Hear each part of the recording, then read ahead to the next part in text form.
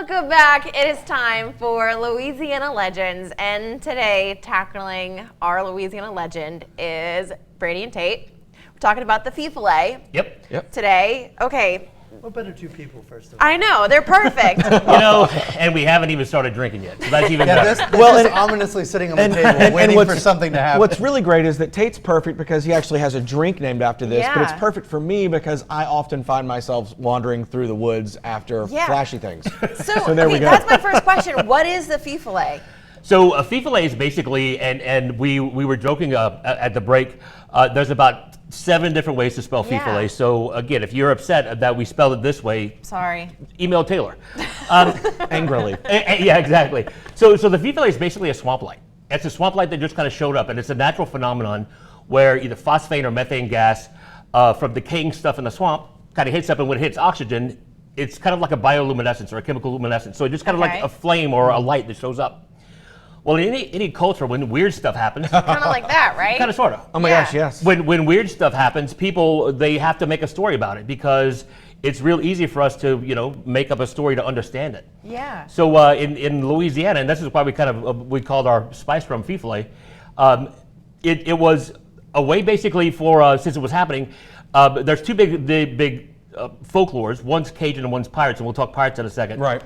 But Brady, talk the Cajun one first. Yeah. Well, it's really very fascinating because this idea of the Fifolet is also exactly the same as the will-o-wisp that you may find in Europe. Mm-hmm. But we see this story here in Louisiana, in Brazil, in Maryland, in So it's everywhere. Yes, this is not an uncommon thing. It's almost like ball lightning.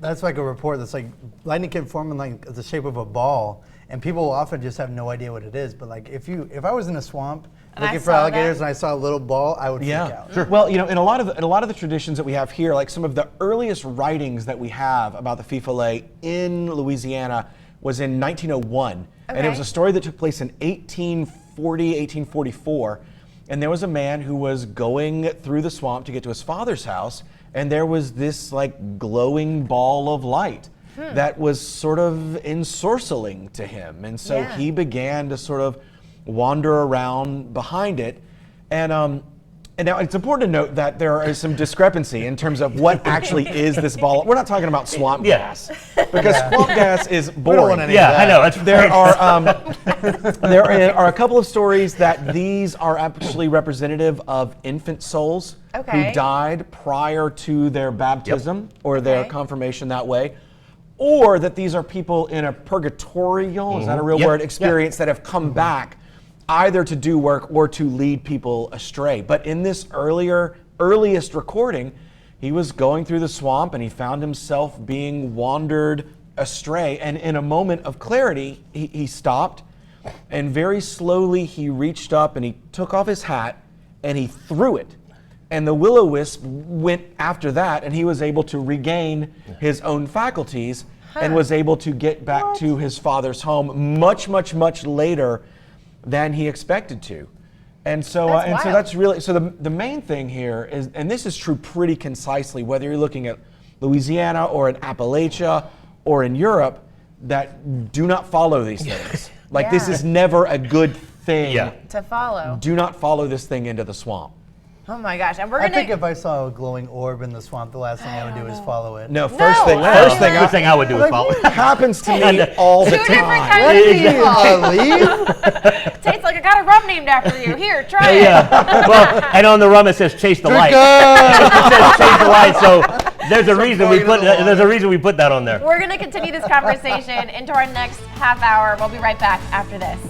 Welcome back. We are still continuing our Louisiana Legends talk of the Fifolet. Brady and Tait, y'all are our experts today. Well, that's a loose term. Go ahead. Well, one thing that I want to touch on really quick, just because you said that, is that I really think that it's amazing that here in Lafayette, Louisiana, we have such a scholarly look at our local folklore. Mm-hmm. It is really absolutely one of the few places in the world that you can go and do postgraduate work on the region's folklore. And we have really some cool. amazing scholars like Nathan Rabelais and Brandon Scheck-Snyder and Dr. Rachel Doherty and Dr. Barry Onsley, who go in depth into these great stories and what they all mean to our culture and history and tradition. And I just think that it's really amazing that we live in a place where these kind of folk tales are looked at with such a level of regard and respect. Earlier, Tait was just talking about like what could be actually the cause of the glowing Fifolets, and it was just the swamp gases, and that was the first thing you said, and I was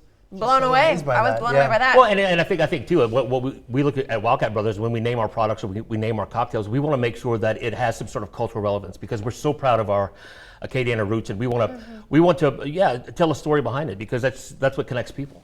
And we were talking too, somehow Fifolet is connected with pirates. It Did I is. hear you correctly? It is. So here's How? so we talked a lot about the Fifolet and being scared, and on the bottle it says right at the bottom, chase the light. That's coming from the pirate aspect of it. So you got to think back to when the golden age of pirates and privateers in Louisiana. Jean Lafitte and his brother Pierre, they were all throughout the coastal Louisiana. Yeah. And they were, smuggling and burying treasure and, looting and doing pirate stuff. But what they would do is that a lot of times they would be doing this at night so people wouldn't see them.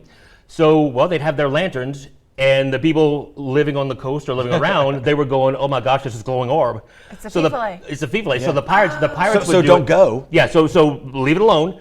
But also from the pirate standpoint, the pirate folklore, it became a thing of, say for example, I'm a captain of a ship and I have some treasure. I'm going to bring my friend Mike. He and I are going to go bury it in the swamp somewhere. I don't feel like this is going to end well for you. It's right. It's going to be bad. This is great, dude. So we would take our treasure, we'd go someplace, we'd dig the hole. I'd say, "Mike, thank you for your service." Boom. And he would take a dirt nap on top of the buried treasure, and I would bury him. Now, I'm the only person now who knows where that treasure's buried. Is this a step-by-step, or is this a theoretical? But no, this is kind of a folklore that pirates used to tell, because I'm just wondering if I'm in danger here. No, you're not. That's Not at this moment. Not at this moment. Not at this moment. Okay. But what it was is that the Fifolet was actually the soul of the person protecting the buried treasure. So if you lost the map or you didn't know, and pirates and anybody in the maritime, they're very suspicious about things, and they have a lot of folklore. So when the pirates would go, if there would be a Fifolet that wouldn't let them alone, they would think that it was the soul of somebody telling them to go find the treasure.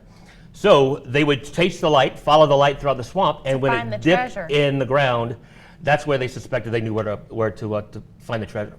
So it was kind of a different sense of the fear of not knowing what this was, to the pirates almost looking at it as a place to as a guidepost. That's wild. Yeah.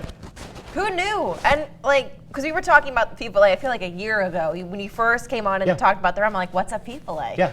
And then I'm learning so much today. My mind is blown. And that's the thing about our heritage. I mean, the folklore, the traditions, and it's really kind of cool, just as Brady said, to dive in there and to find purpose, because I mean, we're still making sense of the legends today, and again, we're using it to sell rum.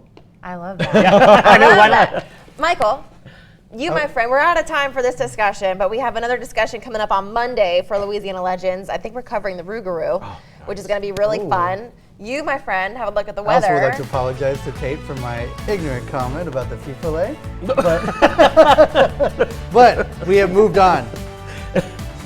We have lots going on in the weather world.